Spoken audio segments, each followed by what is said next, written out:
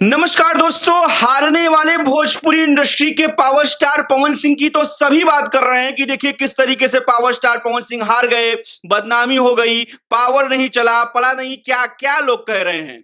लेकिन जीतने वाले पावर स्टार की बात कोई नहीं कर रहा है। बहुत कम लोग इस विषय में चर्चा कर रहे हैं। जी हाँ दोस्तों, मैं बात कर रहा हूं तेलुगु फिल्म इंडस्ट्री के पावर स्टार पवन कल्याण की। यकीन मानिए, अगर पवन कल्याण के बारे में आप जानेंगे तो आप भी कहेंगे कि वाह क्या बात है, इसे कहते हैं पावर स्टार, इसे कहते हैं सुपरस्टार। पवन सिंह के बारे में मैं बात करूंगा, लेकिन पहले सुनिए कि पवन कल्याण ने किस तरीके से अपने मेहनत के दम पे वो कमाल कर दिखाया है कि प्रधानमंत्री नरेंद्र मोदी को भी यह कहना पड़ गया कि यह पवन नहीं आंधी है। जी हाँ दोस्तों, यह पवन कल्याण के लिए नरेंद्र मोदी ने कहा है कि यह पवन नहीं आंधी है। 2014 में तेलुगु फिल्म इंडस्ट्री के सुपरस्टार पावर स्टार पवन कल्याण ने अपनी पार्टी बनाई जिसका नाम रखा जनसेना। 2014 से 19 तक उन्होंने लगातार जनता के लिए आवाज उठाई, हर एक जगह जनता के साथ खड़े रहे, लेकिन चुनाव नहीं लड़ा।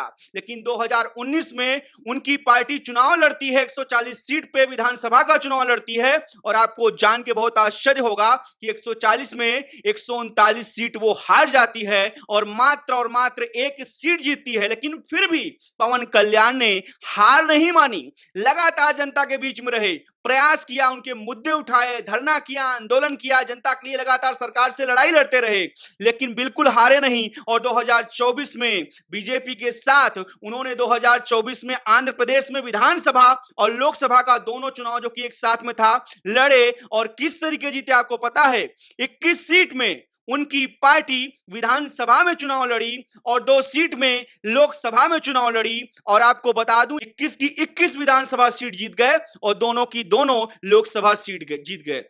यह बहुत बड़ी बात है कि कोई पार्टी चुनाव लड़ती है और हर एक सीट जीत जाती है। 21 विधानसभा सीट में उनके कैंडिडेट, उनके प्रत्याशी गए पवन कल्याण के, और 21 के 21 में विजयी हो गए, और 2 लोकसभा सीट में जिसमें एक में खुद भी पवन कल्याण लड़ रहे थे वो भी जीत गए। यह बहुत बड़ी बात है, और मुझे लगता है कि पवन कल्याण से पवन सिंह और पवन सिंह की टीम को भी सीख लेना चाहिए कि मात्र 1.5-2 महीने आपने प्रचार किया, कैंपेन किया, रैली किया, इसके बावजूद काराकाट की जनता ने आपको भर भर के प्यार दिया। महाराज 2,70,723 वोट आपको मिले, बहुत प्यार मिला, आपने कमाल कर दिया। अब आपको हार नहीं माननी चाहिए और आपको अब पवन कल्याण के रास्ते पे चलना चाहिए, और अभी से जनता के मुद्दे उठाने चाहिए और सरकारों से लड़ाई लड़नी चाहिए, चाहे वो स्वास्थ्य की बात हो, चाहे शिक्षा की बात हो, चाहे रोजगार की बात हो। A to Z जनता के लिए आपको हमेशा खड़ा रहना चाहिए। ये नहीं सोचना चाहिए कि कौन आपका दुश्मन बनेगा, कौन आपका दोस्त बनेगा, जैसे कि पवन कल्याण ने लड़ाई लड़ी, धरना किया, आंदोलन किया जनता के लिए मात्र।